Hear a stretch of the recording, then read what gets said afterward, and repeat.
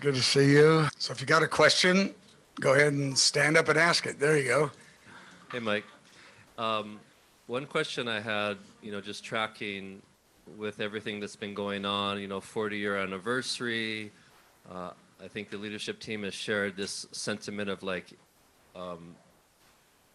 maybe a birth of the global intercession for Israel. Are you going to, how are you going to shift? Are you going to add more Israel sets moving forward? Last night when you shared, it was more like, hey, we're going to miss doing this, but not necessarily back to business as usual. But do you think this is going to shift something even for IHOP moving forward? Yeah, my guess is it will. Next question.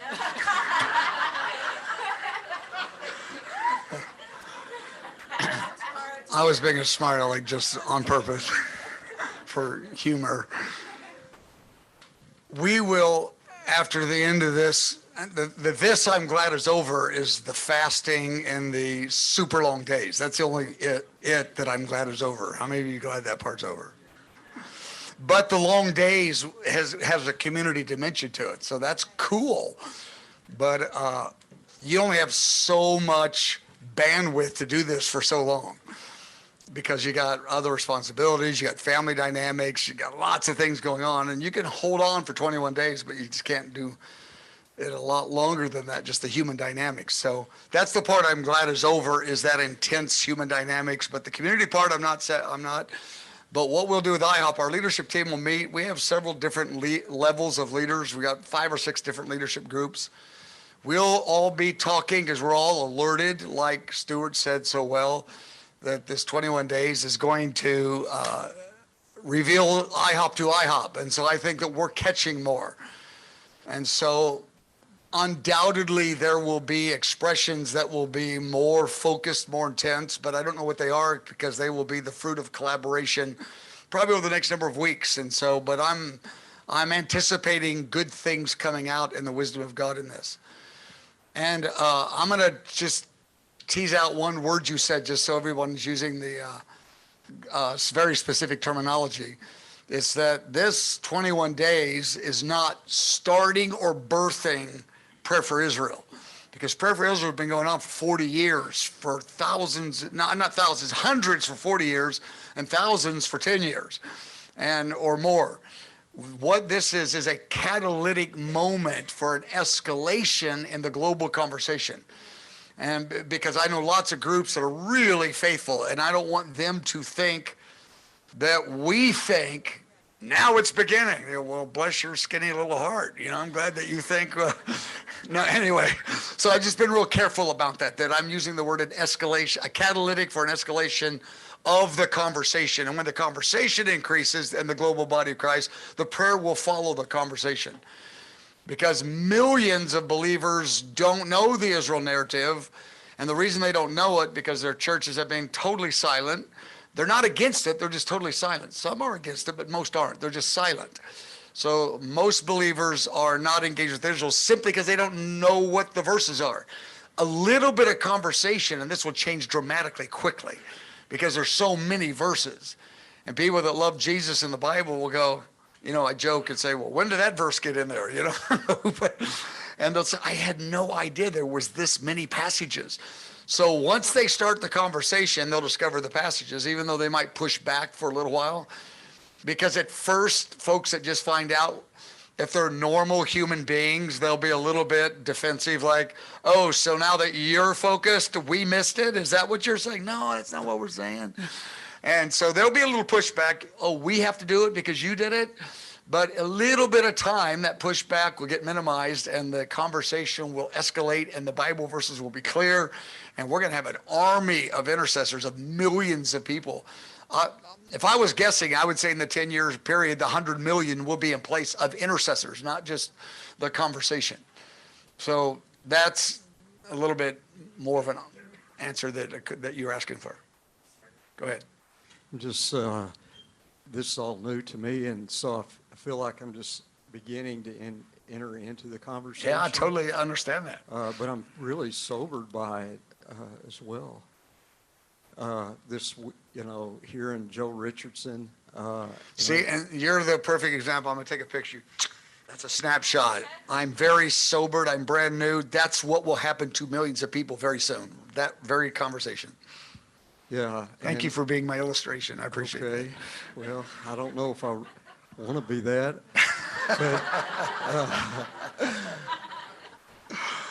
But it's, yeah. Let's focus that picture right on him. Zoom in real close. Yeah, Lord. But I'm thinking about after what happened to you 40 years ago, and how this may pertain or relate to the black horse prophecy, because what Joel shared, I mean, I'm just being honest. I was really sobered by what he shared and about the article. What I shared when? Well, Like last night or? Well, I think you may have shared last week of the 4 Saturdays. Okay, yeah, You about alluded a week to ago. I think it was maybe last but Friday. you I think so. kinda- I mean, it just sort of you glossed over it. Yeah. I thought it just kind of jolted me a little bit, when you talked about the nature of what you went through physically and your voice and all that. And then I was like, Okay. I get the black horse because at and the I'm end of thinking- 40 years ago, at the end of that 20-day fast, I ended up with a tumor on my vocal cords. yeah. That was really horrible for 3 years. Oh my, yeah. And I'm just sitting there like, what is that about, Lord? What is, And so, and then we get this article, and then he starts reading it. Who, Joel does? Yes, Joel does. And what article are we talking about? Yeah, it was for, It was written in Israel where they're basically. Oh, the article where they said they didn't appreciate some of the people here. yeah. And I'm thinking, okay, well, and I can't think of any names, but Dean Yeah. By, I think, that's what comes to sorry. mind. yeah. Make sure you tell I'm Dean just- I said that. Maybe you could help. The question that I'm trying to ask is maybe you could speak to how we navigate the kick of what we're engaging in. Yeah, and I the think result, the consequences of it. there's yes. really clearly going to be a huge kickback of the enemy against this. I don't think there's anything that he hates more than the Jesus and Israel part. Because when Israel accepts Jesus as a nation, Satan goes to prison. That's the next thing that happens. Satan's not blowing up mega churches. He's sending terrorists to Israel. He's not threatened by mega churches. Most of them don't threaten him. They really don't. And he doesn't like them, but he is threatened by Israel accepting Jesus, because when they do that, he goes to prison, Revelation 22. And that's what I think he's more concerned about, staying out of prison.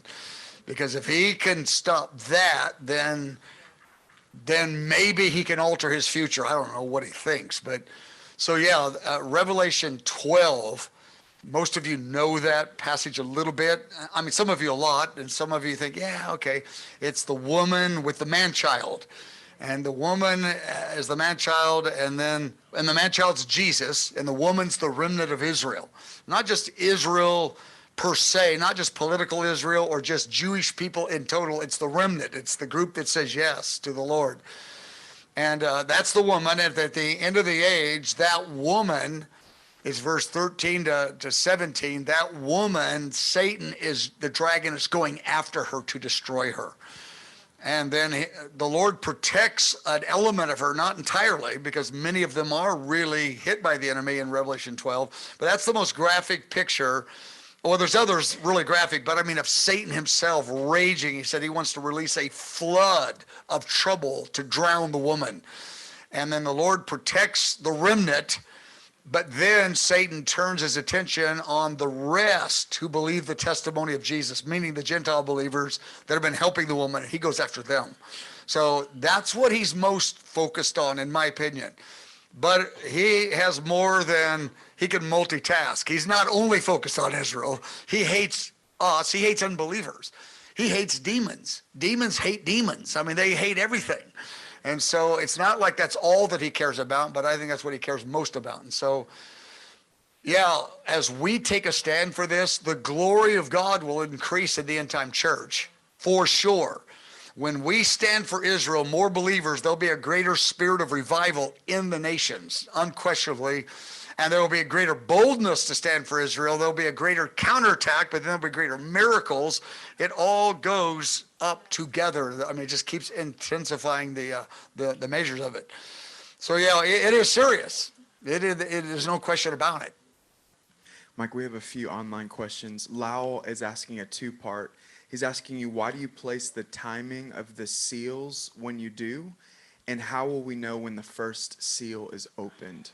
Yeah, I think all seven, they call it, I mean, some commentaries call them the three numbered judgment series.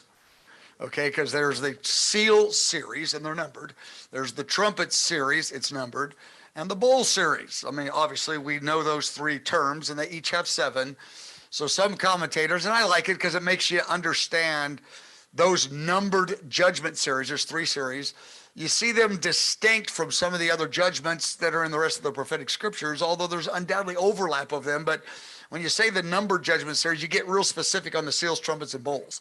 So that's why I like that term. And I think all 21 of them are in the final 3.5 years. And some have it different, and it didn't overly matter what we think. It's gonna be what it is. So some guy goes, I think it starts in the 7 years. Like, okay, well, don't worry about it. Let's just keep praying and doing what we do, and it'll take care of itself. So it's not critical that we know if it starts in the 7 year or the 3.5 years. I'm convinced it's the final 3.5 years, but I'm happy if someone thinks it's the final 7, because that's still distinct enough. It's not. The real argument we're against is that the 7, these have not been happening progressively through history, fulfilling the book of Revelation. That's what we're pushing against. And so whether they start the 7 years or 3 years, that is not a giant point to me.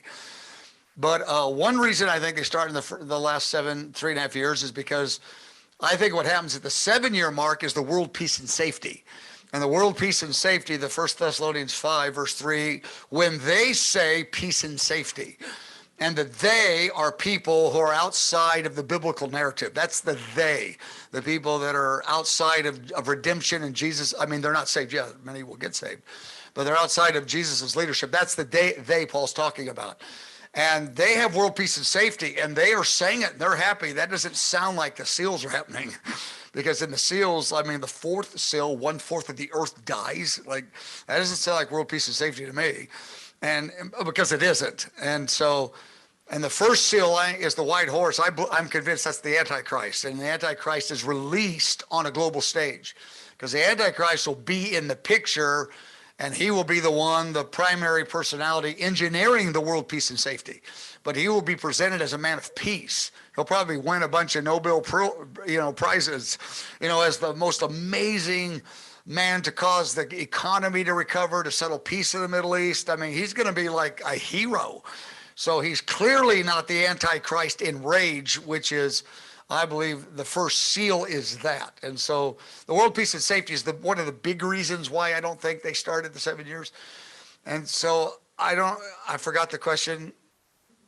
You answered it. It was, how will we know when the first seal is opened? Oh, okay. The Antichrist is on the public. I think he pulls his mask off, and he's no longer the man of peace. He's aggressor. And though he doesn't have the bow and arrow, he's using manipulation. Like Hitler took over nations with bloodless takeovers. The first couple of nations he took over, like Austria, Czechoslovakia, the Rhineland over on the west. He took over that territory with no blood. But he was aggressive, and he gave them offers they couldn't refuse. So I think the Antichrist, he comes with no bow and no arrow. It's bloodless takeover, but it's aggressive. It's opposite of the face of the man of peace and safety. So that's why I believe it's the first seal, and that's who it's the Antichrist. That's awesome. Next online question is from Lori. She says, how do I live through the tribulation with a spouse who currently does not care about God's end time plan and finds the book of Revelation too scary to read? He wants me to stop talking about these things, and he's very fearful. How do I handle this? I think she stops talking about it, and she keeps studying it, and in a minute he's going to ask her, what's this mean? It'll take care of itself. Yeah. Millions are going to say, does anybody on the earth know what's going on? They're already starting to say it, and then many, many millions, hundreds of millions of unbelievers are going to say, does the Bible say anything about this? Because though they don't believe in the Bible in the terms of it makes demands on their moral life, so they don't believe the Bible, but all of a sudden they kind of a little bit believe. Does it say anything about this? You know, oh, I thought you didn't believe it. Well, I don't, but what's it say?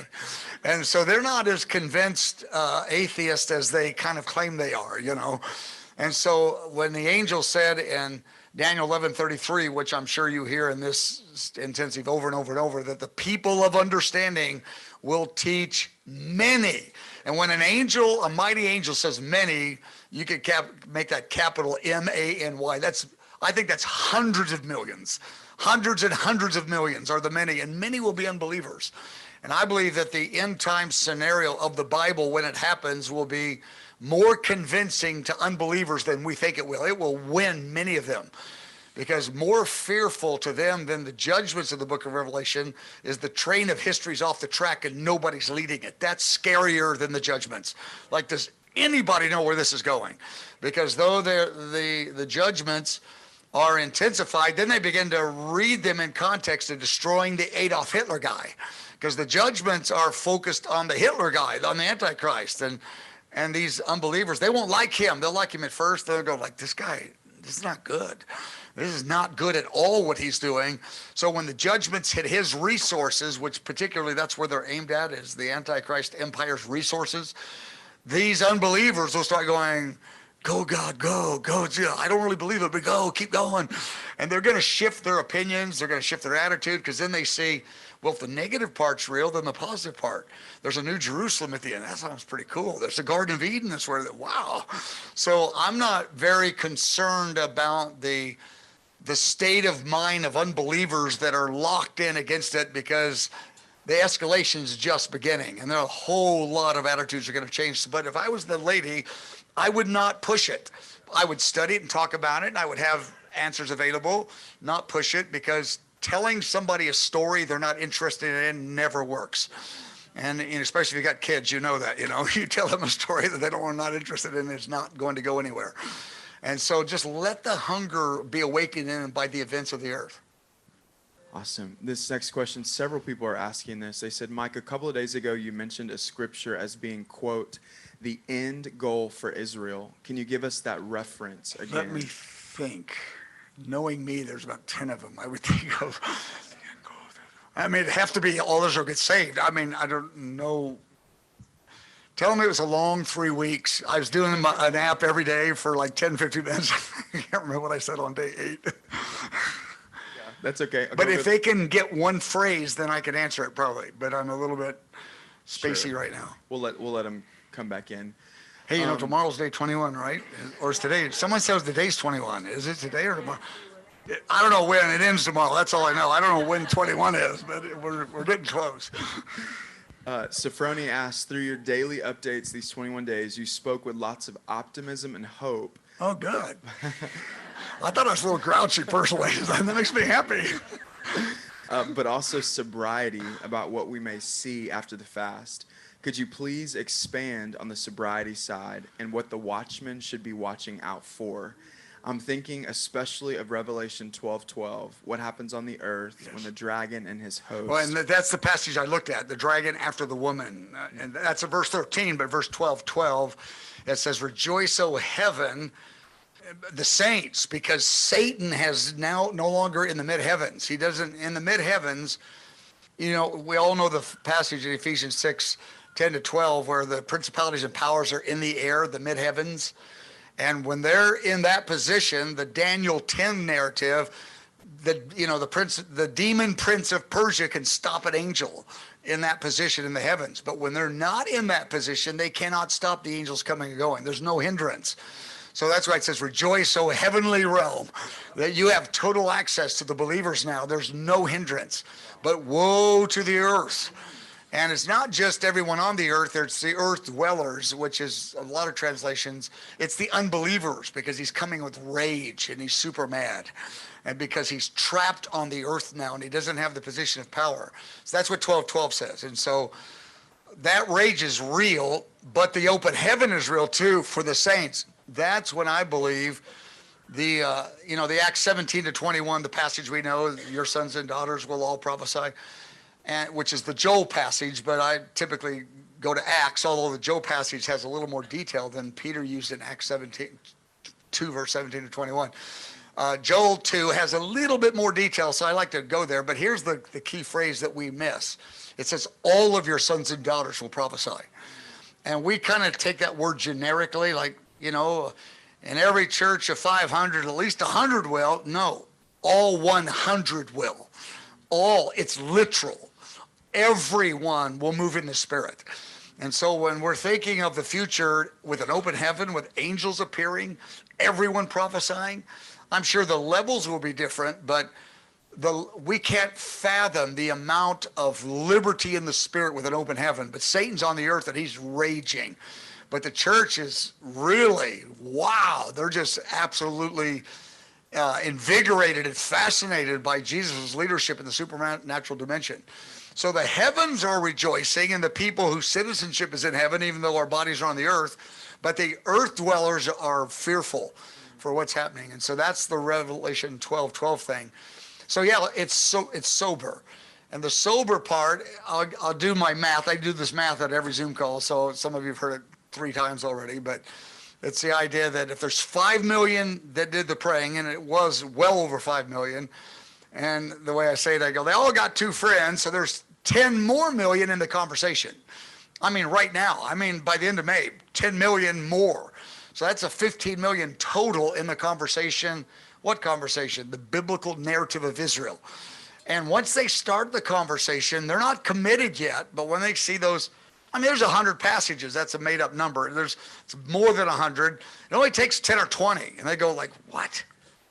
This is important. Because they love Jesus in the Bible, those 15 million, maybe take a year or two, they'll start going, wait, it's there. They don't find it till they start the conversation. When they start the conversation, they find the verses because someone's telling it to them. And because they're pushing back a little bit, like, well, our church doesn't do Israel. Why do you think you're doing Israel? Where is it in the Bible? Do we have to do this? Who says we have to do it? This one teacher says we don't have to do it. All that stuff will happen, but it will create a lot of understanding in the conversation. So that's actually good. Then I fast forward those 15 million, which is now, end of May, they all have 2 or 3 friends. And at the 3-year mark, this is pure hypothetical numbers, by the way, this is not prophetic. They got 3 friends. If 50 million will be in the conversation. That's how quickly this thing will spread. And it's not long till they see it and start going, oh, because if they love Jesus in the Bible, it's not hard to see it if they start talking about it. If they love Jesus in the Bible and nobody talks about it, it's easy to not see it for 10 more years. But all that's changing as of this May because of the 5 million now going, I don't mind this, but lots will exaggerate. It was unbelievable. And then the people who didn't do it say, oh, really? So we missed out? Is that what you're trying to say? And then it's like, the conversation's on now. And it will really explode. And what will happen, 5 or 10 really smart guys or gals will take a stand against it. That will make the conversation explode. Like someone said, they're against it. I go, don't worry about that. That will put zeros on the conversation. Because then there's a whole lot of other smart people that will answer them. And there's millions in the balance watching the ball go back and forth. And the guys answering the people opposing it, they got Bible verses. And they're going, oh, I never knew Isaiah 62 was in the Bible. What? And so people opposing it actually won't hurt anything. Actually, it will make the conversation go faster and deeper. Really good. So when that happens, Satan will rage more. When that happens, it's only happening because God's timing is coming to the new level. That's why it's happening. This did not happen because a bunch of us got together and said, I think we need more prayer for Israel. We've been saying, thousands have been saying that for 20, 30, 40 years, and it hadn't increased much. This was a God wind on this. Why? Not because it was presented well, not because this, that, or the other. It's the right time. It's the Kairos time. That's why the wind's on it. Why is it a Kairos time? That means events are about to unfold, positive and negative. So this increased number is, to me, a clear indication of the events, positive and negative, about to accelerate. Because this number did not happen because of human zeal. It did not. It was the wind of the Spirit at a sovereign timing. Yes.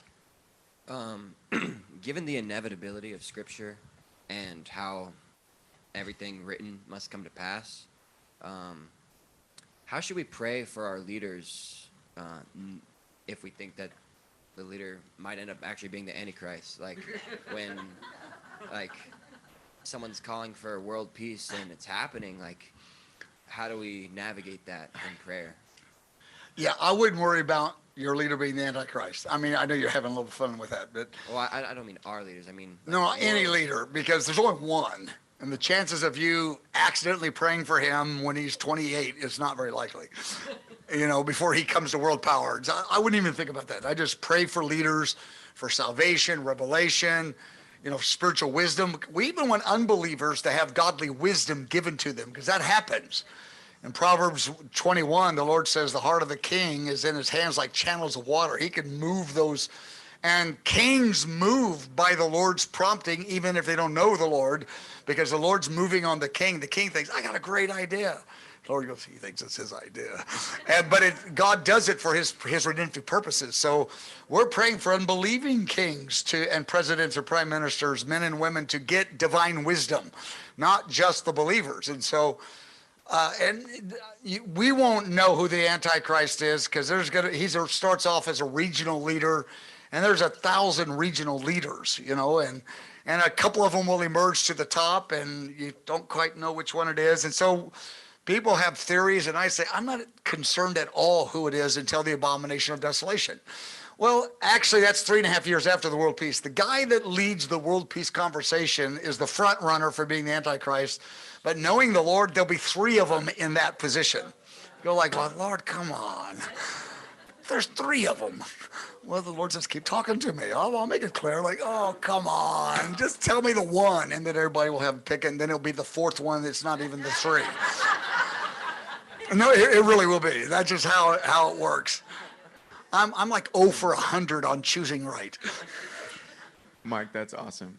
Grace Online asks, before the 7 years tribulation begins, we know there will be things like false Christ, ethnic conflict, war, famine. Right. But it can be argued that these things have happened on and off through history. Right. Are there more, quote, specific signs that indicate that the 7 years are actually about to begin? 7 years about to begin. I'll say it's slightly different. About to begin. That I would think the 7 years about to begin would be the signs of the times, the big ones that are happening, and then we work backwards. If I'm guessing, the birth pangs are because those 12 things that are the beginning of birth pangs have happened through history here and there. But here's the difference: over history, they did not create a global conversation. When Jesus said, you will see, that you obviously is not the apostles. They died 2,000 years ago. The you's the body of Christ. So there's only one time in history where the collective body of Christ can see things, and that's this hour of history, because of the internet, because of technology. I mean, even 50 years ago, a little bit started to. There was world news beginning. So the you will see, and you will, all these you will things, are global body of Christ and people. So I would tell people that, yeah, they've happened through history, these trends at various times, but never did they create a global conversation in total, meaning all 12 of them. I mean, World War II was a global conversation, so was World War I. But not too many things were global conversations. So that's the difference right there. So if I had to guess, the birth pangs began when either Israel became a nation in 1948, 75 years ago, or maybe even more convincing when Jerusalem came under the leadership of Israel, 1967, which is 20 years later, which was 55 years ago or 56, whatever. So if I was guessing, I would guess the Jerusalem, because end time prophecy is Jerusalem-centric more than Israel-centric. Because it's not that Israel is the nation of the great king. Jerusalem is the city of the great king. It's not like heaven's called the new Israel. It's called the new Jerusalem. and it's Jerusalem-centric. Daniel 9 is one of the most prominent chapters. It's all Jerusalem-centric. You know, Isaiah 62, Jerusalem-centric. The nation is very important because God made a covenant with the nation, but the nation is the host nation for Jerusalem to come forth. And so God has covenant with the nation gets blessed, the nation has troubles, but it's more specific than the nation. It's the city is the eye of the storm in the good sense. I mean, of all the attention, the good and the bad attention is the city itself. And so I would guess the birth pangs, if I had to pick a date, which I don't, I would pick when Jerusalem came under the leadership of the government of Israel, which would be 1967. So that means, if that's true, and it might not be true, then the birth pangs began to be recognizable globally, and they're all escalating right now. The beginning of birth pangs are. And not all of the other ones are escalating, but most of them are, the other ones as well. And so that's how I would answer. Number one, global conversation. Number two, the birth pangs, because there's a baby that's born. And the baby being born is the new world order with a resurrected man in Jerusalem leading it. That's the baby that's born. It's the millennial earth, like the Garden of Eden and the throne of glory in Jerusalem, and the saints and the New Jerusalem coming down. That's the baby that's born. And so, I mean, somebody could say for 2,000 years there's been birth pangs of history. I go, well, I think birth pangs are more immediate and recognizable than that. And one birth pang is intense, and then the reprieve between the next one is shorter. Then it's more intense, then it's shorter, and that wouldn't be true of history when you look at it. So I would say it doesn't really fit the model of birth pangs when you look at 2,000 years. Be real intense and then nothing for a while, and then another one not so intense, and then a short reprieve, and the next one a long reprieve, and that doesn't fit the model of birth pangs. So I would pick 1967, and they're intensifying, but globalization would be the biggest issue, would be globalization. And with technology, particularly AI and the the chat GPT thing that's exploding in the earth right now, that is making technology so much more dynamic, good and bad, like right now in 2023. And that chat GPT thing began November, and in 2 months, the different sources, I don't know if the sources are accurate, but a number of them have said 100 million people signed up for it in November, December. And I watch about a 5-minute review on YouTube, probably every other day, 5 minutes on the AI channels. There's a couple of them, and they're saying they're already gotten competitors that are far outdoing the chat GPT right now. And so because I've seen over 20 of these for over 10 minutes, I am really an expert on artificial intelligence. So I'm your guy if you want to know what's really going on. Not. But it's exploding. But that, to me, that escalates everything, that type of technology. If you're not aware of it, just go to an AI channel and you will be, like I just saw one yesterday, and they said the ability that in 25 seconds they can make realistic videos of people that look like they're there with their voice and they're not there, with scenarios that would take a movie company a year to make. They make it in 30 seconds now, and anybody can do it that learns how to get these apps. It's that fast, and it's now. It's not even in 10 years, it's now. And that's going to, they said life on planet Earth, the number of these channels is going to change so drastically in 1 or 2 years, and we won't even hardly recognize certain things. Other things we will, of course.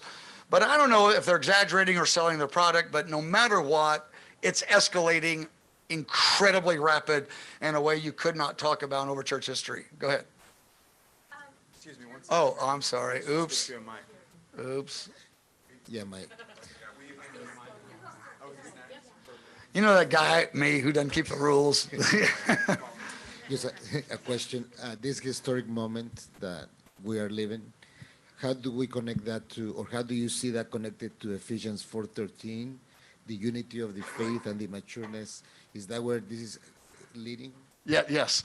Ephesians 4:13, it talks about the apostles and prophets, the fivefold ministry will minister until, and the key word's until, because a lot of folks don't look at that word, that the church comes to the knowledge of the Son of God. That's intimacy with God. I mean, the whole body of Christ. Right now, the body of Christ, the majority is is still under spiritual dullness of the Laodicean spirit, but there's coming a time to the knowledge of the Son of God. Like that's like, whoa, to the unity of the faith and to the stature and maturity of Christ. The Laodicean church is going to be as mature. Like, really? Like, Paul, come on. And that is in those final years when, again, at the 3.5-year mark, Satan is cast to the earth, the open heavens, and everyone's prophesying. It's going to be an incredible explosion of the glory of God. But then in the face of persecution and martyrdom, the maturity level will go way up. People, believers that are semi-casual, they love Jesus mostly, kind of, most days. When all the options change, the depth of consecration will go so fast. And martyrdom will be a part of that. And people are afraid of martyrdom when they think of it in the future, but I think in the hour when it's happening, the saints will see the glory of it. They won't try to make it happen, but they won't be afraid of it. And we're afraid of it now because we're unfamiliar with it, but when it's right in front of the body of Christ, I think many people will say, hey, in 1 minute, I'm going to be in the glory of God. And hey, we only got 18 more months before the 42 months is up. We're all going to be united anyway in a minute. So it's going to shift everything, and all the options are going to change. The motives are going to change. It's going to purify the church. So I believe that Ephesians 4:13 is the prepared bride of Revelation 19, verse 7. That prepared bride. Yes, it's before the Lord returns. Yeah. That's right at the very, it's the culmination. But this is promoting that, definitely. What's that? The Oh, historic- yeah. this historic This is moment. the early days of the escalation that leads to that. You're on. My question was about prophecies yet to be fulfilled. So like Ezekiel 36, 37, those are not yet fulfilled, correct? Are there any others? Oh, most. And the best way to look at it is they're partially fulfilled. Most of them are partially fulfilled now, and they're escalating. The measure of fulfillment's escalating, and the way I say it is that which happens in fullness at his return is happening in part now, and it's increasing. So it's not an issue of it is or it isn't. Now some, it's an issue of is or isn't. He's not in the sky with angels coming across the sky. That's not happening. So, there are a few things that are in that category. But Ezekiel 36 has a number of things that are already escalating right now, but it's still partial. Okay. Good question. Over here. It's a good I'm question. Just backing up to This is a smart group. backing up to the thing about AI. Just a funny story. My son was over a couple weeks ago telling me about that Snap GPS thing, and I know. anyway, I was like, well, if it's that good, I said, have it write me a 10-minute sermon on Revelation 1:4. I can do it in 15 seconds. No, listen to this. 15 seconds. In the style of Mike Bickle. And I'm not kidding you, Mike. It like 20 seconds. Right. And when we read it out loud, the words, the vocabulary, the Except for the phrasing- verbs are right. I'm sure the verbs are right. I'm a little weak on verbs and adverbs occasionally. Anyway, it was pretty stunning how it was able to pull No, that off. there's my son Luke. Luke Wave. It's the good-looking guy, so he looks kind of like his dad. But anyway, he was with me in January, and he said, "Oh, let's try this Chat GPT." He said, "What does Mike Bickle teach on the end times?" And it popped out in 15 seconds, and I said, "My goodness." And the people are disturbed by it. This is a low-level disturbance, but because in December, a lot of folks, even in Ivy League schools, high up, were doing their PhD papers. It took them 1 minute, and they were like acing everything, and they didn't even study it. They just did it, and it produced a 28-page, I made up that number, 28 pages, but in 30 seconds. And the teachers didn't know. I don't mean just Ivy League or only Ivy League, but that level of really smart guys out there. And the teachers found out later and said, wait a second, how are we going to beat this system? That's how it started getting more in the global conversation, because there was so much of college students and graduate programs using it in a false way. Yeah, 15 seconds. Again, Mike Bickle on the end times in his voice, just better verbs. It's literally that fast. And now they're making videos that fast. That was only text. Now the video ones are coming out this summer. And I saw a few of them. I went, my goodness. Full videos, not just text like what you just said. couple of online questions. Sophrony is asking, do you see Aliyah before Jesus returns as having any significance in the end time storyline? Yes. Awesome. Yeah, for sure. Yes. And there's about 10 reasons. But one reason is Israel's going to have a lot of trouble in the land, and Israel's going to have a lot of glory in the land. And God wants the remnant of Israel from all 200 nations and all the languages and cultures to go through it together, representing the earth. Because the ones that survive it will actually be part of the government of the earth. And he just doesn't want people from one sector of the planet in this. He's going to bring them all back. And maybe not all in the strictest sense, but many, because he wants all the nations, all the languages, all the cultures, and the survivors. And then they become the inaugural government of the millennial kingdom, but it's not all just one track thinking. It's the diversity of God's diversity of the planet. So that's one reason they're out there and they're coming back. And there's about 10 more reasons. Freddie, let me ask one more online question. Jocelyn asks, can you comment more on the way the church needs Israel in the days ahead and the coming worldwide revival? She said Mike mentioned it passing last night. She'd like to hear more. Why the church needs Israel? Yes.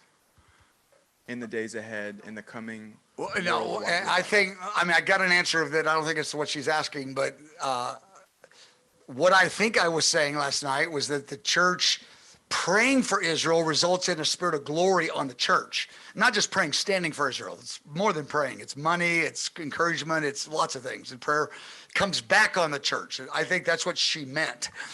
But the church needs Israel besides that, because Joel chapter 3, this is a verse that's often, in my opinion, misunderstood or applied wrong. It says in verse 14, multitudes, multitudes in the valley of decision, for the day of the Lord is in the valley of decision, the multitudes. The valley of decision over, the 50 years I've been walking with the Lord was typically presented as, will people say yes to Jesus for salvation? Will they make the decision? The Billy Graham crusade, will you come forward? Will you ask it tonight? Will you decide? And that kind of came down as the valley of decision to decide to receive the free gift of salvation or not. And I believe that's a little bit, but that's not what Joel's talking about. What Joel's talking about, because you got to read the first 3 or 4 verses in context, it's in the persecution of Israel. God's going to make every nation decide to stand for Israel or not. Not just every nation, way beyond that, every family unit. Not just every family unit, every individual. Everyone will have to decide, because you won't be able to use money at a quick shop at one of the islands in the Pacific without taking the mark of the beast. You won't be able to buy anything there. And if you don't stand for Israel, if you stand for Israel, you can't take that. And that guy will go and they go, sorry, sir, you don't have the thing there. He goes, well, I can't get it. He won't be able to buy nothing. And he's going to say, well, I don't know if I go for this Israel thing, but I'm getting hungry. I thought I went for Israel. Everyone will have to decide this. That's the valley of decision. But actually, that helps the church, because that's not the question she's asking, but that will bring the church into a whole nother level of consecration. The church will ask much deeper questions about Jesus, the Bible, their life, eternity. Do I believe in eternity? Is it real? Is he good? It really will transform the church standing with Israel in trouble. It will provoke Israel to jealousy, but it will refine the church too. So this idea, obviously, that the church is not Israel, the church is the church, and Israel is Israel. So as a Jewish believer who was saved 37 years ago, where am I going? Am I going to be part of that, or am I going to be part of that? Oh, no, you're going in the rapture. You're going to get a resurrected body. Right. The remnant of Israel that's saved at the end are the unsaved survivors of the Great Tribulation. So any And that's Jew, the 5 million that Zechariah 13 verse 9 is talking about. So and any that Jews- 5 million is not an actual number, but it's somewhere in there close. right? So any Jew saved prior to that is actually this. Dude, you're will going with go up us. in the rapture. You're going with us. I'm good with that. Okay. I'm so good with that. Especially if Anyway, all right. Yes. Okay. Yeah, every born again believer goes there. That's why the ones still on the earth were not born again yet. They're the unsaved survivors. And Zechariah 13 verse 9 says 1/3 of the nation will be in that category. So they will survive. Yeah, because if you're born again, you're born again. You're going with us. He says, I'm good with that. What's that? No, they don't have glorified body. If they're 30 when Jesus comes, they're 30 and 1 day old when he lands. So, yeah, and they live their life, and then they go to the New Jerusalem after that, yeah. So my question is, how are we standing with the sons of Jacob if we're not here? I mean, Because we are here. I don't know what you meant about the rapture, I guess. That's the rapture. There's three views of the rapture. The rapture happens before the tribulation, which I don't think is the biblical view. That's the popular view. The rapture happens in the middle of the tribulation. I don't think that's right, but that's closer to right. That's good enough, in my opinion. And the rapture happens at the end of the tribulation. You know, the Matthew chapter 24, verse 39, he goes, and immediately after the tribulation, the trumpet will blast from one end of heaven to the other. The angel will catch them up. So the rapture happens at the end of it. So we're standing with them all through that period in the glory of God, provoking them to jealousy. Right, that makes sense. It's like Ruth and Naomi. Ah, perfect. And you know what tomorrow is, don't you? Tomorrow is the day of Pentecost. Well, the Jewish day of Pentecost, a couple of days ago, they always read the book of Ruth on that day. But so the Gentiles, we ought to as well. Because Ruth is the Gentile girl who stands with the Jewish woman who's a widow and she's starving and she's grieving, and this Gentile stands with her. And that's a picture of even the end time church standing together in a time of Israel's widowhood and grief and the pain that she's in. We have one here, Mike. Hi, Mike. Oh, over here. I'm over here. First, I just want to say I appreciate you so much. I live in Texas, and we watch you on the YouTube. Go ahead. I mean, what do you appreciate? No. Joke. Okay, so my question is, so I have two little baby children, and they're not of, decision age, or, they haven't decided, Yeah, they're so little, so. Yeah. My I got question grandchildren is- like that. I understand. Okay, so my question is, if we end up dying between now and Jesus comes back, or Right, if we make it to the end, right? What happens to my babies? Like, if they're too young, will they be resurrected with us, or? Wait, you mean if you're martyred or raptured? Well, either one. Well, if you're raptured, they're going with you. They are, okay. You're going with this guy over here too. We're all going Yeah, together. yeah, but my babies will come too. Oh yeah. Okay, yeah. what No if problem we're with that. martyred, or What's even- that? What if we're martyred or even just Well, killed then during it? the Lord is their father more than you and your husband. Yes. He goes, they are mine more than yours. Yes. I let you help me, but I got them. Okay, good. Yeah, so Okay, he cares. He's got a plan for them far better than ours, and he says, I got them. Yes, okay, thank you. So you're good. They're good. And the thing that I have a message I gave about 2 years ago. I called it "Why Young Mothers Need Not Fear the Great Tribulation," and I gave about 15 points of why we have presuppositions as to why we will be fearful. And if you tease them out, and one of the presuppositions is the average 30-year-old woman who grew up in the church is picturing her 5-year-old being in the youth group that this 30-year-old woman was in that just had pizza parties and were compromising. No, when that 5-year-old, their youth groups are going to be far more dynamic. Trust me. It's going to be a very different atmosphere than pizza parties and movies. And so, I tell these various moms or dads, I go, it's not the paradigm of your youth group. It's not the paradigm of their youth group. And they go, oh, okay. Well, that's different then. Okay, that's a different story. It'll be far more dynamic. Mike, we have Justin Thomas. He said, Dave Sliker mentioned this morning that studying the 150 chapters on the end times stirred a desire to reread Revelation. He's asking, what would be the most significant or helpful change for you, Mike, when reading Revelation after 3 years of studying and teaching on the 150 end time chapters? Oh, man. That's tough. The hard word is the word most. It's because I got about 10 of them that are in first place. But I mean, I love the book of Revelation because of the glory of the man. Because the book of Revelation is the revealing of Christ Jesus.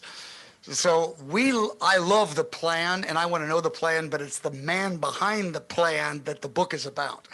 So I am more fascinated by his leadership. Like, I look at these things, I go, who would ever have put that in their master plan? Are you kidding? And I look up, not that I have to look up, I go, why did you pick an Antichrist with a head wound? You didn't have to pick that. Why did you do that? He goes, oh, you'll be surprised. Why did you let a harlot Babylon ride on the Antichrist and then the 10 kings kill her? Who would have thought of that idea? He goes, oh, I got ideas you don't even understand. I am fascinated by his mind. As I read that book, I go like, what? Because it was a blank whiteboard. He could put anything in that plan he wanted. I call it his grand master plan, his justice master plan. And he's got all these elements, but he's got these other things. Satan gets kicked out of the heavens, and the angels are like, really? Is that really going to happen? Oh, yeah, you'll see, you'll see. So it's Jesus excites me more and more. His passion, his wisdom, his creativity, his deep involvement. So that the man behind the plan, but then the plan itself, because you can read the book of Revelation several different ways. I believe it's chronological. And if you read it chronological there's 5 chronological sections. Like the third trumpet comes after the second. The second comes after the first. It's chronological. Others have it, it's all happening, the 3 judgment series are all happening simultaneous, and they're just different versions of the same ones. I don't think that's horrible. I don't think it's the best way to look at it, but I don't think it's horrible either. And it takes care of itself. But as I see the chronological, then I see there's a chronological section, then there's a parenthetical section describing what's happening behind the scenes in the chronological. Then the second chronological section, then a parenthetical section, a parentheses, the storyline's put on hold.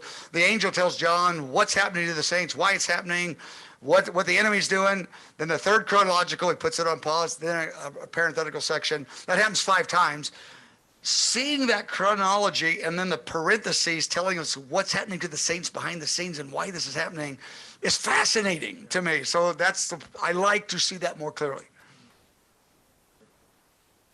Hey, Mike.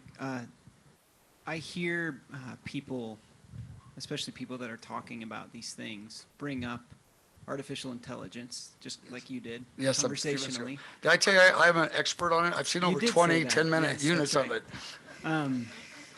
You among many, it turns out. Oh, I'm your guy. Can you tell me, just clarify for me, in your opinion, how that is specifically connected to Matthew 24 and 25, the signs of the times? Because that's the context that you brought it up in. Yeah, Is it yeah, it just is. the globalization, like the rate in like the higher rate of the exchange of ideas and like the quickness of change? I heard you kind of mention Yes. that offhand. Yeah, the AI is what will cause globalization to go at rapid speed. And globalization means global identities of everybody. There might be a few, but almost everybody, if not everybody. Global digital currency, enforcement of digital currency, surveillance, state control, not only deep fake, all kinds of holograms, all kinds of persons will show up and it's not even them, but nobody can tell if it is them or not. It's not even real. The deception will go off the charts with AI. I mean, a guy will stand here with a hologram fully formed 10 feet away. They won't know if he's there or not. I mean, that's how good it will be before it's over. It's not there yet, but on video it will look that way, but it's going to be in person before it's over. He says it's happening.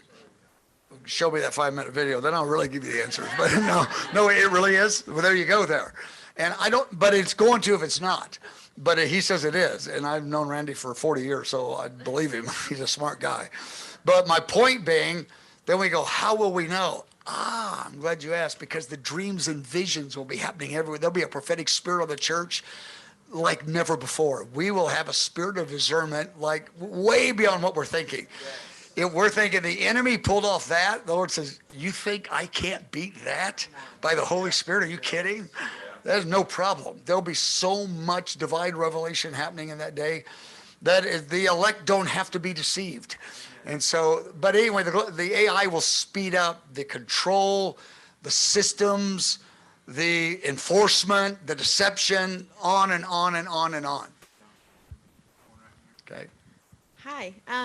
So this totally caught my attention. My daughter's name is Ruthie, and I've never heard this thing about Pentecost. So I just wanted to ask for you to expand on that just briefly. But it was cool because right before the fast, my son's name is Ezekiel as a watchman. So then the Lord had briefly was showing me Isaiah 61 is like Ruthie with the Gentiles being grafted Right. in with the Jews with the oaks of righteousness. Right. And then 62, which is the watchman. Mine's being blown. I can't wait for your next 5 kids. So I just wanted to hear again, can you explain, is it Messianic Jews who read Ruth on Pentecost? Or No, the Jewish the nation Jewish reads nation. Yeah, can you the book of Ruth, the whole Jewish nation. I mean, in theory, like on Purim, they read the book of Esther that day. Okay, And then they read. what's the connection to Pentecost? I guess do you know? Not is this the Feast of Pentecost, the Jewish one? That's why the Christians just jump on that one, and we just do it on a Sunday, and they do it a few days before because the Jewish calendar is different every year. But why did they pick Ruth? Is that your question? Yeah. Does anybody know? I don't know the reason why they picked Ruth. Go ahead. She knows. There you go. Good question. I don't know. Because Boaz represented the kinsman redeemer, Jesus. Boaz represents Jesus. Go ahead. and Yeshua is the kinsman redeemer, and I think it's God's very clever way of keeping the prophecy going. But they also look for the kinsman redeemer. They're still looking for Messiah, and that proclaims that. Yeah, very good. So Esther and Ruth are read a month apart, less than a month apart. The whole nation, in theory, reads them. Everyone doesn't, but a lot do. Yes. Hey, Mike. Hi. In the end time, when the Lord separates the sheep from the goats, and the difference between them is what they did and did not do. Does it have a dual meaning? Is it what they did for Israel, or is it just throughout all time what they did and did not do? It's Matthew 25, and it's that passage in verse 31 to 46, which is not a parable, because Matthew 25 has 2 parables. The 10 virgins, it's the first parable, the first 13 verses. Then the next parable is the talents. But the third one is not a parable, it's an actual event. But some people think of it, the 3 parables, and go, no, that's Jesus on his throne of glory, and all the nations come before him. That's actual, that's not a parable. And the question is, he separates the nations based on the way they treated the Jewish people. So our question is that through history, or is that in the final 7 years, or is that in the few months or years after the Lord returns? That's the question you're asking, I'm thinking. And I think it's all 3, because the Lord is so brilliant in his leadership and we think AI is smart. He's got all of it from history. So I'm assuming it's all 3 levels. It's history, the final years, and even the months afterwards that he separates the nations. Now, the tricky part about that passage, Matthew 25, 31 to 46, is that it starts off with nations, corporate, but it ends up with individuals. So it's like, is it corporate or is it individual? The Lord says, both. Just do right, you'll be good. Like the individuals, you don't throw nations into hell. You throw individuals into hell, because they go to hell at the end in verse 46. Nations disappear. They don't go to hell, because it's an entity, it's an organization. And so it goes back and forth between corporate not back and forth. It starts corporate, it becomes individual. And so, interestingly enough, is that the word nations, as most of you are aware of, is the word ethnos, which is the word ethnic groups. So there's 200 political entities of the earth called nations, but there's 14,000 ethnic groups. So according to missions organizations, some have it a little bit more, a little bit less, but that's a good average number from the missions demographics, 14,000. So is he separating the 200 nations, or is he separating the 14,000? My guess is is maybe not 14,000, but it's not the 200. He's breaking it in far more specific than that. The way different geographic areas, like, does America stand for Israel, or does America not stand for Israel? Well, Texas goes, we love Israel. That other group goes, we don't love Israel, whoever they are. I'm not going to mention anybody. But anyway, they go back and forth. And so my guess is it's regions and people groups. That's a guess. And so I think it's history. But I think the part we're not thinking of, I mean, naturally you don't think of, but I think we need to, is the Reconstruction period after the Lord returns. Because we think of the Lord coming back and everything is just like done. And that's not how it is. After World War II was over in 1945. And, in May in Europe and then early September in Japan or in Asia. And so 1945, the Jews from prison camps, 3 years later, a number of them were still in prison camps. 3 years later, they were not in prison camps behind guards, keeping them in there. They were in there, they had nowhere to go. Nobody would bring them home, and the Gentiles took their houses and said, we've had your house for 6 years, we're not moving out, because Europe was in poverty. I mean, famine was everywhere, starvation, the economies were broken. And the Jewish people went back to Poland, and the Gentile goes, we will shoot you if you don't leave. This is our house. We're not giving it to you. They had nowhere to go. They were still in a number of the prison camps, sleeping there. Again, no guards to keep them there, but nowhere to go. Is you under a bridge or in the same place they slept? That was for 3 years. I mean, thousands and thousands. So this idea that when Jesus comes, it's settled. It's like, after Civil War, the 10-year Reconstruction was disaster in the South. Disastrous. Well, and way beyond the 10 years. But I mean, it was unbelievably intense after the war was over. So I think that a Jewish person starving in prison, all those those six things that are mentioned, you visit me, prison, whatever, food, clothing, whatever those six things are, it's the Reconstruction period too. So I think that even people get a chance to respond. Because remember Isaiah 60, the kings of the earth are taking these Jews that were taken to the nations against their will, they're bringing them back and paying their way back. Well, the systems are broken. It's not like they're getting on 747 first-class seats. I mean, many things are broken. But the governments of nations are paying their way back. It takes time for this to happen. And many Jews and Gentiles will be attacked by other Gentiles that are the unsaved survivors. I mean, they're not people who took the mark of the beast, but the people in Europe. I mean, the, quote, Christian background people, the way they turned on each other, Gentiles against Gentiles, Gentiles against Jews. It was unbelievable what happened the 3 or 4 years after the war. This is going to be far more intense than World War II. And so there's a Reconstruction period that we don't think much about. And I think there's quite a few things in the balance. And I'm not trying to figure it all out because I can't. But I go, there's a little bit more going on here than meets the eye when I read Matthew 25. So good. That was our last online question. Do we have any in-house? Okay. Considering that the global economy is going toward a reset with currency and digital, where do you see the church? Are we participating in that until the mark of the beast? Okay, so what's the church do? Global currency is not the problem. Global currency is the context that the problem comes out of. So if you're on global currency, I don't think you're going to have much of an option. And I'm all for pushing back and saying, I'm going to hang in there as best I can. I remember in the 70s when I got saved in 71, and there was this rapture fever in 71.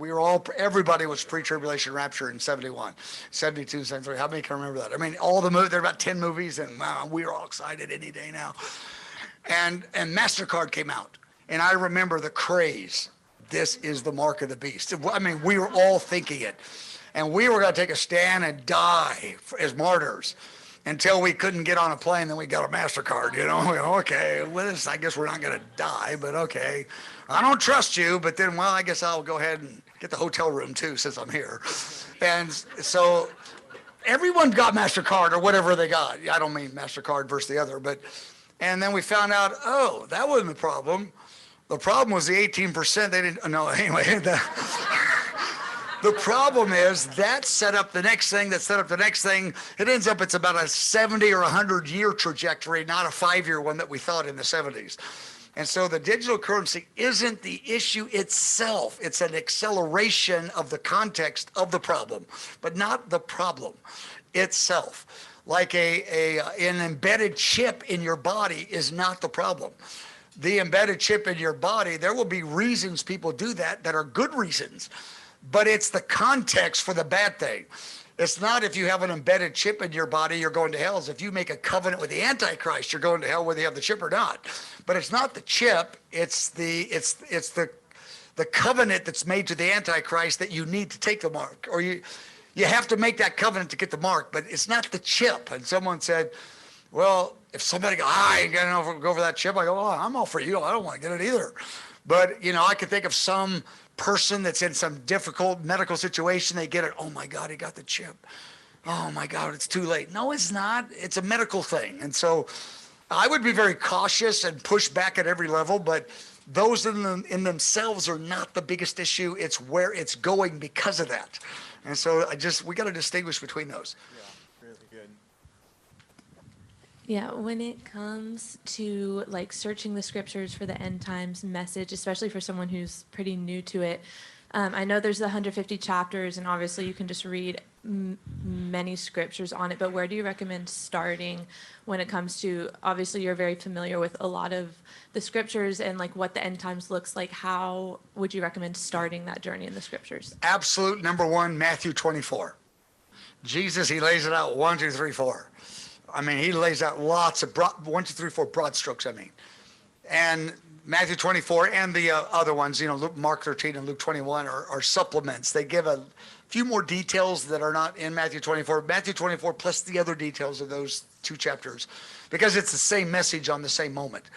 So that's where you start. Then secondly, I would study the epistles of Paul, particularly 1st and 2nd Thessalonians. I would do that even before the book of Revelation. I would put that in. Then you start dabbling with the book of Revelation because it's so interesting. Verses chapter 1 to 5 is real exciting about the throne and the glory of Jesus, etc. But the events are like chapter 6 to chapter 19. That's where the events are, because people studying in time, they're wanting to get the events, and some people criticize people, don't do the events. Well, you want to, because you're thinking, I want to get at least a picture so I can get a little idea what's going on. Because like if you're putting a puzzle together, you typically get the box and you put the box there, you go, oh, the blues, oh, it's over here. And seeing the broad strokes helps you understand the pieces. So I tell people, don't apologize that you want to know the broad strokes of the picture. The book of Revelation will give you more broad strokes after Matthew, and then 1st and 2nd Thessalonians, and a few other of the Paul's writings. Then Revelation to get broad strokes, chapter 6 to 19. Then I would probably go, if I had to the book of Zechariah. Zechariah's all 14 chapters is about Jerusalem. Some of it you'll get lost in, but most of it's not super confusing. A little bit of it is, but most of it's not. It's pretty straightforward. Okay. I'd get a commentary or two to help you navigate Zechariah, because that's the easiest. If you're really cool, you're going to tell everyone, oh, I'm really into Daniel. I'm just super into Daniel. They go, oh my gosh. Because that's hardcore symbolism. And if you're into Daniel, you're an insider. He's like, oh yeah, I'm Daniel. Sure, Daniel. Like those guys do Zechariah, whatever. They're beginners. But Daniel's a little rough to get through. Daniel's the last chapter, 6 chapters of Daniel. A lot of good stuff's in it, but I remember when I first looked at it, I went, oh my goodness. Yeah. It's a little bit rough. I wouldn't tell people to stay away from it, but don't start with it. Yeah. I would get in a little bit of a other broad strokes understanding. And what I would encourage people, there's a guy named Thomas Constable. Okay, get that name. It's in your type. Constable. Okay, I'm watching you. S-T. No, you missed the S. Okay, there you go. You got, okay. Oh, so she did. Oh, it was the T. The pressure was on. No, Thomas Constable. He wrote a commentary on all 66 books of the Bible, and he gives context and real brief. And for beginners, I tell people that's good stuff. I mean, he'll take, let's say Daniel, and he'll take a page for a chapter, whereas that other book takes 30 pages for the chapter. And you go like, come on, I don't have 30 pages. It's like 4 days of studying to get through 30 pages. Get the broad strokes. And the only thing I disagree with Thomas Constable is he's pre-trib rapture. But because there's only about 3 verses in the Bible that you can even take that direction, it never shows up in his commentaries.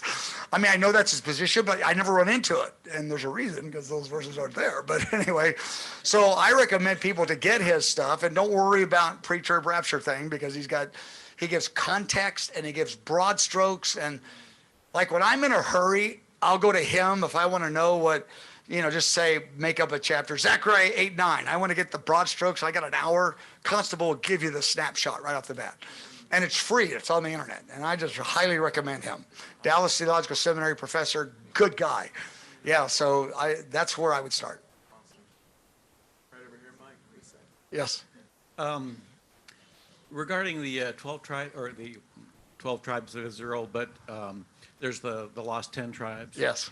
And I really haven't heard IHOP discuss where they come into the big picture of the end times and how they get unlost in the process. Could you address that?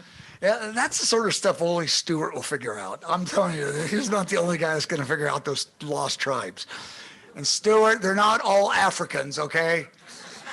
No, we talked about that. Some guy said that. We had some fun with that a couple years ago. But they might be in some, though, in all reality. But the lost tribes in 721 BC, so that's 700, when Isaiah was prophesying, Assyria, which was the world empire, came down and took the 10 tribes of the north and dispersed them in the nations. So nobody knows where they went.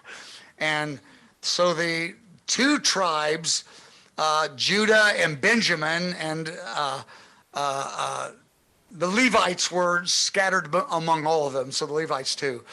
They became Judah. So 721, Assyria took the 10 tribes and never came back.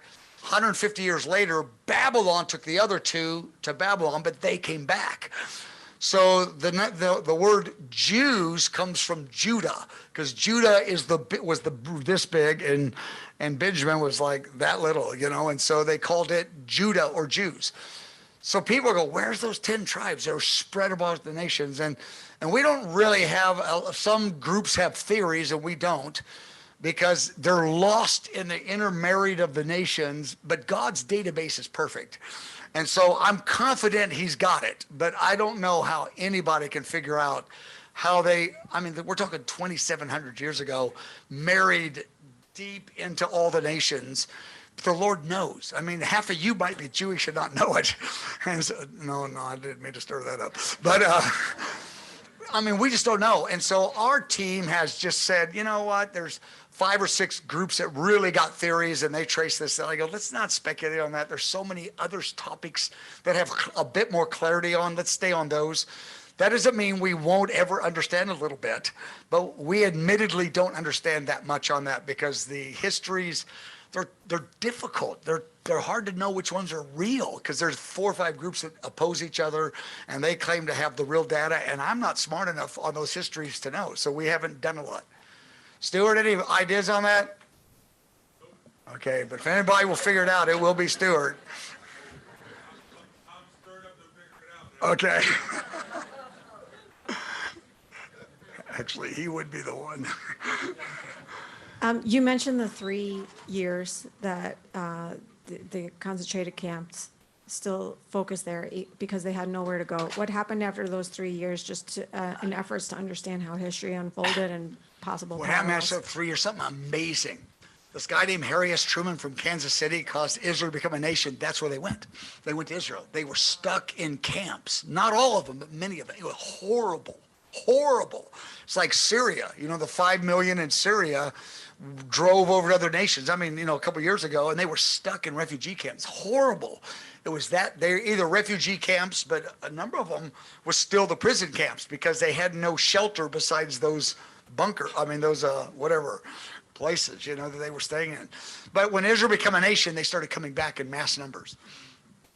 So that was 1948. Okay. Can you tell a little bit more about what the mark of the beast is going to be about? Yeah, the mark of the beast, Revelation 13, that's the famous chapter. And Revelation 13 is the Antichrist chapter of the Bible. The big one is Revelation 13. So if you're thinking, where can I find him? He's a few other places, but that's the big place, is Revelation 13. So the mark of the beast, the false prophet's the one that sets it up. That happens when the abomination of desolation takes place. And it says in Matthew 24, you know, the famous Matthew 24, the one that you want to get first, Matthew 24.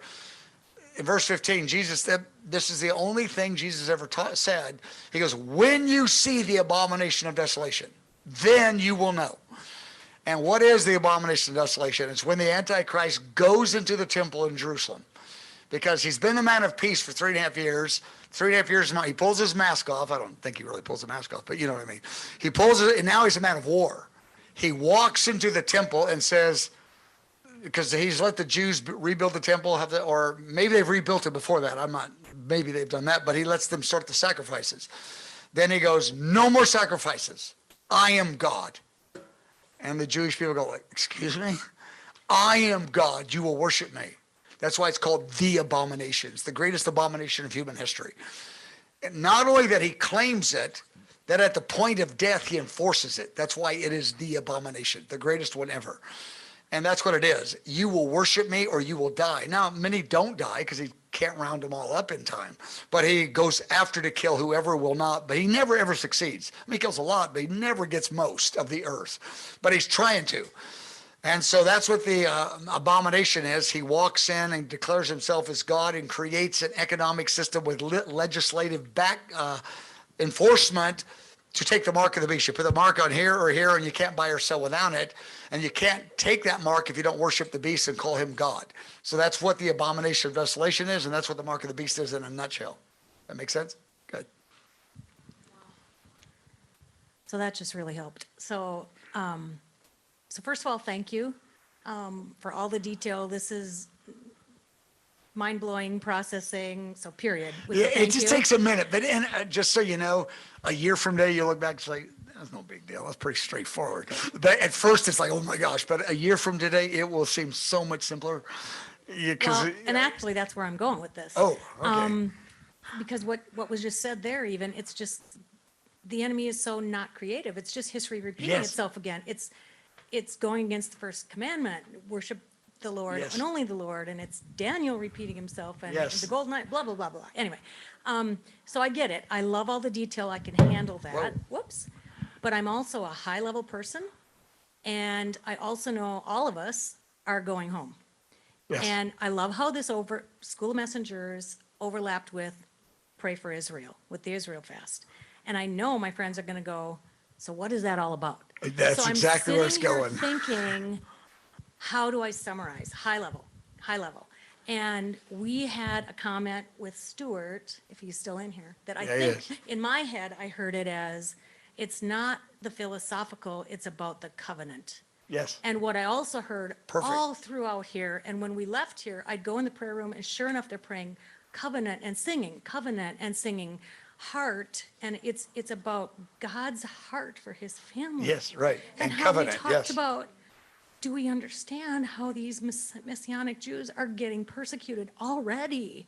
You know, I mean, are we aligning our heart with the prodigal son story, with the father longing? And that's our motivation for praying for Israel.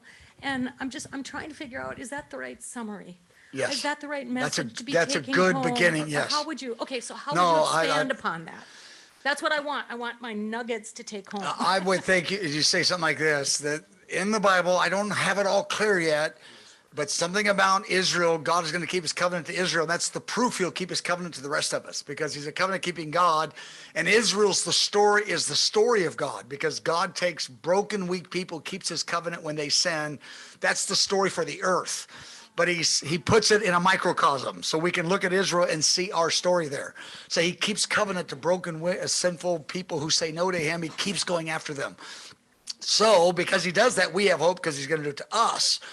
But he now wants us to be a part of him going after them, because he loves them. And we do it in the overflow of the way that he loves us. And we go, wow, if he loves them that much, I want to be a part of this. And then he promised to cause blessing to come back on us as we partner with him to go after them. So I would say something like that. Yes, yes. The prodigal son's father running. Yes. To the son. And- So and you run that- through prayer for Israel. And that or- father's running, but he wants you to run with him to go get his kid. Yes. Okay, so I'm on track. Thank you. You are very much on track.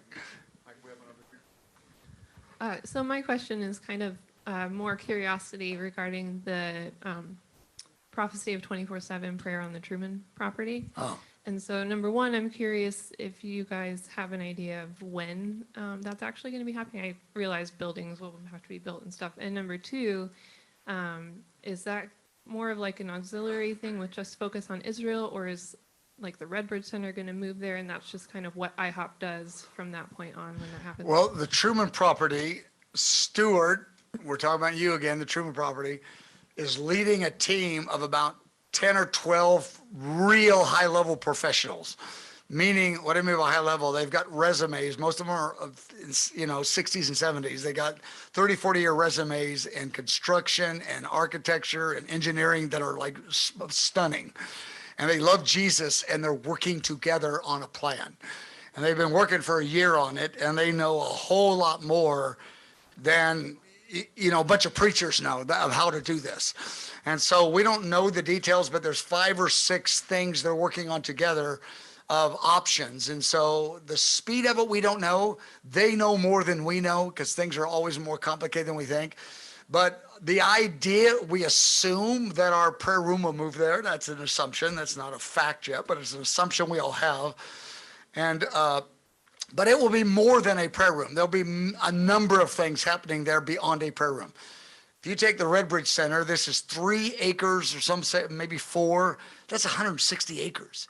If we took something 10 times bigger than this whole shopping mall, that's only 40 acres. We still got 120 to go.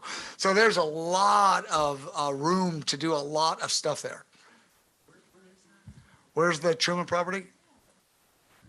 It's a secret we can't tell.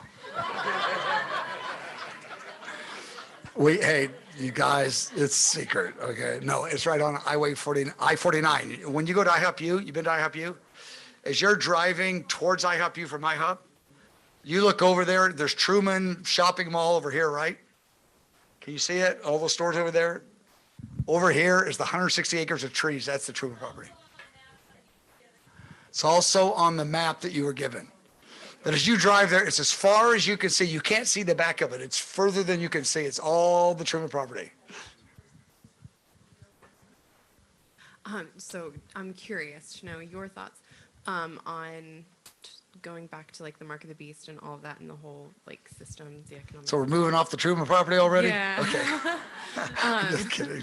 But I was curious what your thoughts on the Antichrist possibly being Islamic and Mecca actually possibly being the city that is referred to as like Babylon. Yeah, you're thinking of Joel's book, and me and Joel are good friends, and I disagree with him on that, meaning I think he's Islamic, I think he's Christian, and I think he's Jewish. I think he's all 3. And he would focus on him more being Islamic, and I think it's a merger of many things. And he will have probably a number of capitals. One of them is going to be in Jerusalem, in Israel itself, in Daniel 11, verse 45. And so where he comes out of, Turkey undoubtedly is key, and Joel's really right on that, got a lot of evidence. But I think it's going to be more diverse and more complicated and multi-layered and one of my reasons I disagree with Joel is just a practical reason. Islam is such an ugly religion. And the Antichrist and the harlot Babylon is so sensual and so opposite of Islam. Islam is, I've talked to a number of guys, really experts on Islam. They go, Islam's imploding. Like the denominations across the earth, Christian, and like the Catholic Church, it's breaking. It's not going the other way. It's breaking. Many are leaving the system. They're tired of it. And the idea that it would be the most attractive thing that people would be sucked into, I go, it's just ugly. It's oppressive and ugh. And so because it's ugly and it's imploding, I get this feeling that's not the one that's going to win the world. And so, But I believe he will be Islamic. I believe that he will be Christian, and I believe that he will be Jewish. I believe he's going to have all of them. That's just my opinion. You say, where do you get that from? I said, it really doesn't matter. When the guy stands up and says, you got to worship me or you die, then we know who he is. And then, so I'm not worried about it. It doesn't change anything to me. You know, if he's Islamic or not Islamic, it's the same storyline. Yes. But Joel's probably one of the best Bible teachers I know. So I take him very seriously. It's just, but I've tracked with him over the last 20 years on that point. Hey, Mike, just in thinking about the last few years in the season we've all come out of with the pandemic, in our region, which is Hawaii, actually... Well, bless your little heart. Yeah, thank you. Hawaii. Yeah, we're suffering. Hey, we got Longview Lake down the road. Yeah, the beach is a little different. Yeah, that's what I hear. But Hawaii, you know, it's the last several decades has been very dominant with the local church planting movement, of course, the missions movement with YWAM having a hub there. Fantastic. Yeah. But it was interesting because COVID actually helped to strengthen the prayer movement and the praying church. But my question for you is, how disruptive was the pandemic to your mandate or the IHOP mandate?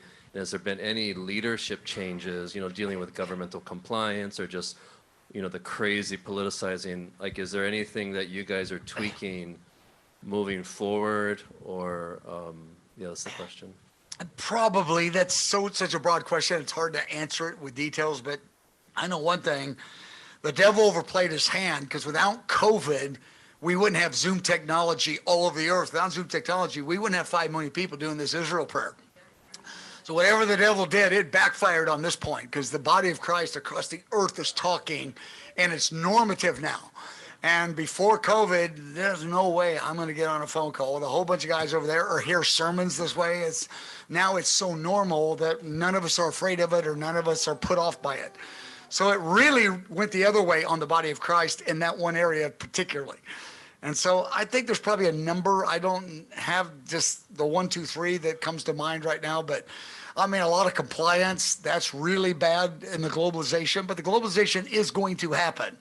I don't mean we just cave in and let it happen. I think there are resistance points that we make, but we know there will be an Antichrist world system. That doesn't mean we bow down, because it could be different if we resist than we know, but we don't know till we resist. So I think that we should take a stand and speak against it and do things, not just to say, well, it's going to happen anyway, let's just give up and give in. Why polish brass on a sinking ship? You know, that's what some people say. It's going to fall apart anyway. Why worry about it?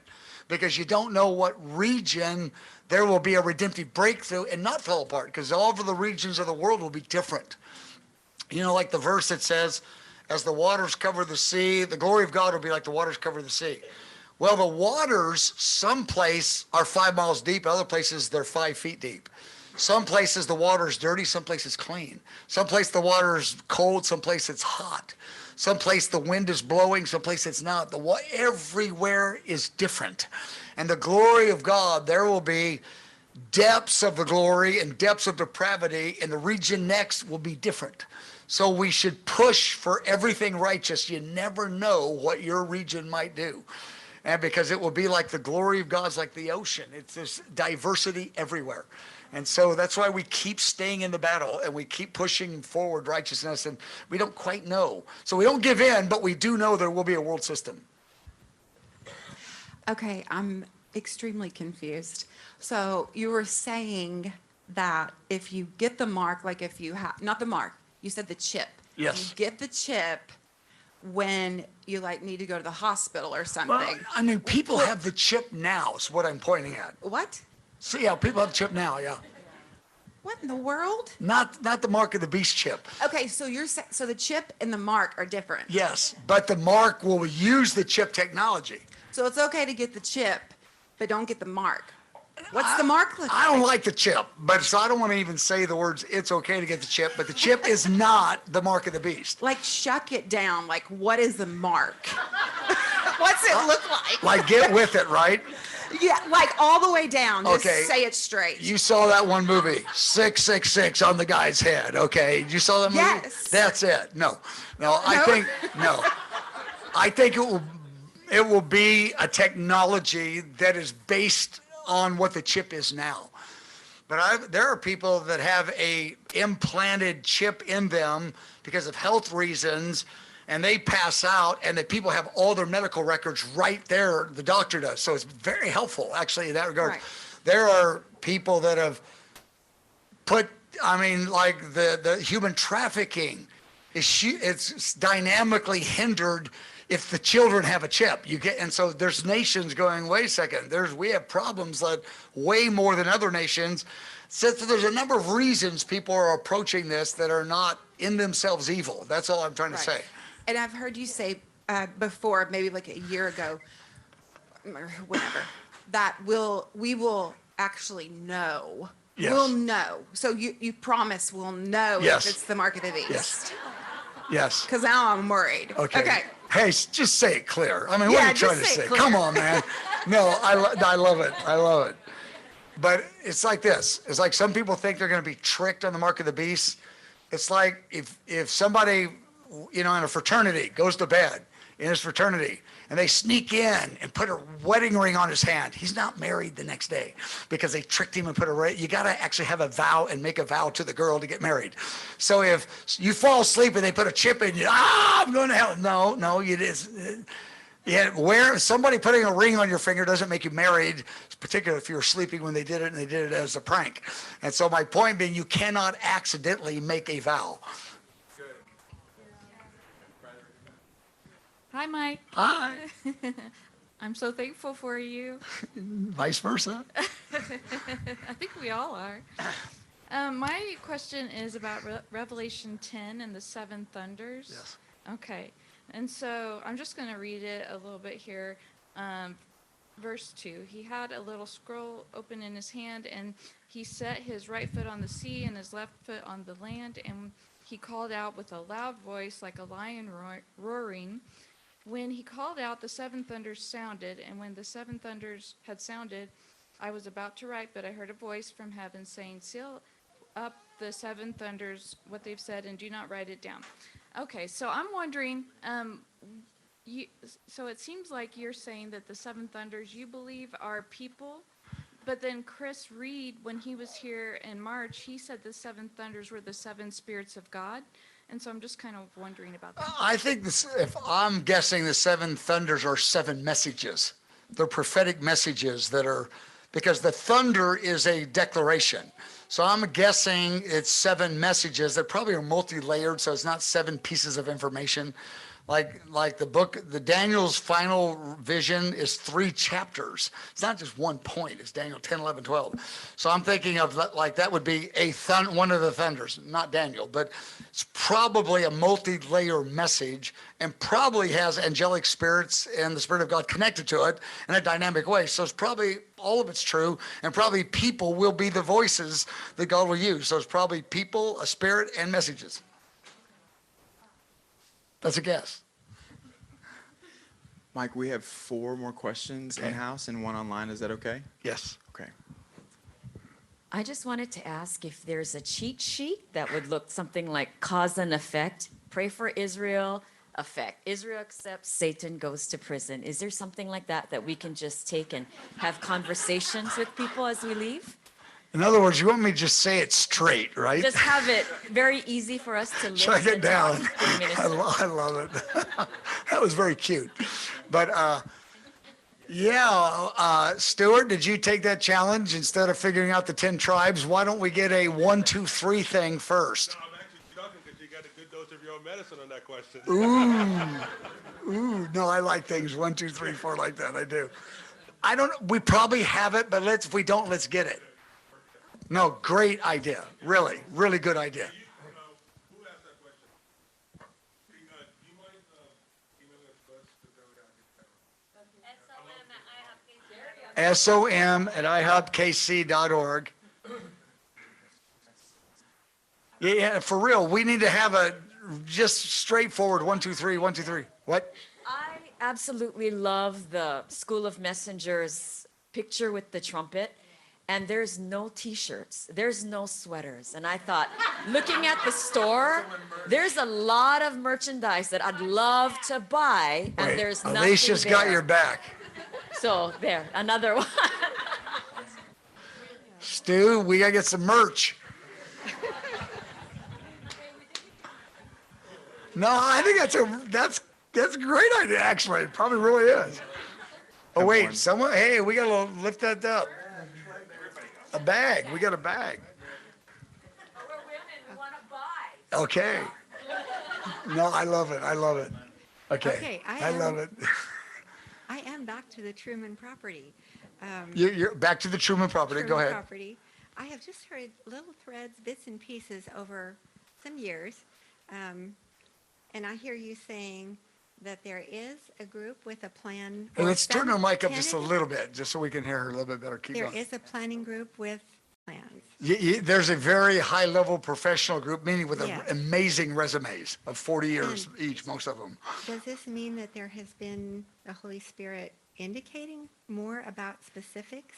And can you Again, share some of Stuart that? leads the team. I go to 1 out of 10 meetings, Uh-huh. and so they say a whole lot that I'm not a part of, but when I'm in the meetings, I'm going, my goodness, this is so I'm trusting that's happening because they're all men. Are there any women on the team at this time? 2, okay, so men and women, but it's inspiring. I mean, when I hear it, I go, wow. So I don't know how they got it, but there's got a little wow in it. I'm trusting that it's been through so much prayer. And then also you referred to it, I think the other evening, just briefly that. Just talk right in the microphone. Oh, sorry, that there could be some, just a little bit of conflicting kind of thing going on with Jewish people and thinking about the property and that it's their property. Oh, Did I yeah, understand that correctly? yes. I don't know about conflict, but maybe conflict. No, I've had several Jewish leaders have come here that they go, we're not for Jesus. We love the Torah and da, da, da. But they love the Bible. But they said we're not pretending we're one of you. But understand this: Truman is our guy. He's not your guy. Meaning not yours as in IHOP's, as the Christian. He's not the voice of Christianity. He's the George Washington that caused us to become a nation. He's got our story. And the idea is, he goes, some of them have said, and some of them really strong and others, softer. You guys love Israel, but mostly you loving Israel builds your ministries. And we love it that you help us, but we know when we're into trouble, you won't be there because you're more doing it because you got a downline that likes you better if you stand for Israel, but how much are you really for Israel? Because you don't know our story and our pain, and we don't know that you'll be there when you get it. So they even a few said, you're building something on Truman property. Make sure you understand this is bigger than you. We're involved in this story, and so I love that. I went, wow, that's insightful. And then last question would be in this whole topic in regard to this. how Talk to right in the pray. mic again, yeah. What are specific things to pray in this time regarding the property? Wisdom. You know how they say restaurants, location, location, location, property, money, money, money. No. No, it's probably hundreds of millions of dollars to do it. I'm just making it up. I have no way of knowing. But the aggressive ideas some of these guys have, I mean, that's not a problem. I mean, God's got a lot more money than Bill Gates, a whole lot more. I mean, he could give $1 billion in 1 cent, in one person could do that. So we need wisdom. We need alignment of leaders with the right ideas, and not just leaders to build it, leaders to manage it, leaders connected to the political institutions, the economic institutions, and you need money and just those kinds of things, and protection from the enemy. Favor. We need favor. That's the word I'm looking for. All right, here are the last 2, and we have 1 online. Okay. So I just had a question regarding what possibilities and influences can come down the line from IHOP and was it Bill Humphrey, the ones that connect all these prayer houses globally?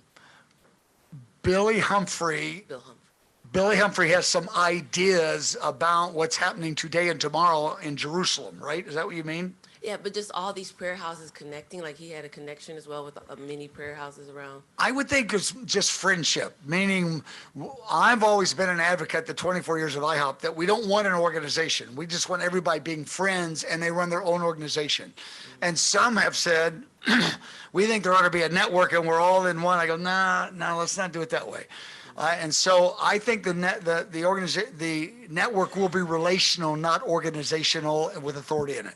Am I answering your question? Well, yeah, but just thinking like even how you were saying yesterday about now everybody's going to be praying for Israel. Like some were praying for different countries, but Yeah. just one day they all came together to pray for Israel. And just Oh, no, that's the 5,000 prayer networks that are 4 times a year, 4 times in 2023, they're praying for the same part of the earth. Today, they're all praying for Israel. Yeah. On April the 17th, they all prayed for Mecca in the Middle East. On January 22nd, they prayed for Beijing in China. And on October 31st, they're praying for India. And so that's not, that are all houses of prayer. They're prayer ministries. They don't say house of prayer. Some do, some don't. That's 5,000 under 2 different networks together. There's thousands more that aren't a part of those 2 networks. so if all those networks, I was just like come together and they kind of collectively continue to pray for things collectively, like that's what I was thinking. Like, is there an influence from this now starting connecting? I think 4 times a year, first time in history that's happened. They said maybe next year we'll do it 5 days. So they're leading it because the different folks are going, hey, this was good.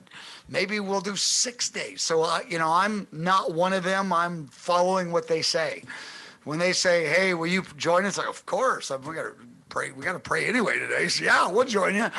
So I'm not in those conversations. I'm just on the recipient end of whatever direction they have. We got to do it anyway. We're always looking for new customers, Justin Thomas online asked, at the One Thing conference in 2018, you said that there were between 20,000 and 25,000 praying communities in the earth. Do you have a more recent number for how many exist today? No, I don't. And more than praying communities, that would have been houses of prayer, more than just a prayer meeting in a church. These were people that had, it could be a church with a prayer room, but it was dedicated to prayer. Hours a week, and I don't know how many hours, but those were numbers I got from other people. I've never spent time on those. I do appreciate the guys that do that because that takes lots of work to do that. Like, oh my goodness. So I get numbers from them, so I can never validate the numbers, but I can validate the people. They're honest people who care about the right numbers. And those are the numbers they gave. Awesome. Last one. Yeah, sorry, it's me again. So the thing that's really been compelling to me, and you talked about how Islam is just so unattractive that you doubt whether that's going to be... to 8 billion people is what I mean. Yeah, and I totally get that because it is ugly. It's not sensual. Like, they don't get drunk. They're not supposed to have immorality. And the Harlem Babylon's got all that on steroids. Right to my point, which is the emerging religion on planet Earth right now that's even diverting church members is pride. Pride is a religion, and it is the antithesis of Christian humility. And I don't know how that plays out, but I'm wondering if you have any thoughts on that, because pride, the pride movement under the banner, under the rainbow flag, which is an affront to God in and of itself, seems to me to have a religious fervor behind it that is captivating. Because you think, as a Christian, you might be anti-homosexuality until your son comes out, and then all of a sudden you start reconsidering the issue because now you're doubting whether God would really condemn your son to hell. And so it changes the entire conversation. So any thoughts on pride as a religion and not just sort of what it now masquerades as? I think the harlot Babylon then morphs into the Antichrist system is way bigger than any one unit. I think all kinds of components. There will be Islam components. There will be denominational Christian. There will be Catholic. There will be Hindu. There's a bunch of components. Because the idea is to get billions in one direction and the devil's pulling the strings. So I think there's going to be all kinds of those elements. But I don't think one group is the big group, is the point. And I think Islam will totally be involved. Mike, thanks for being so generous with your time. Thank you. I love it. Thank you guys for being here.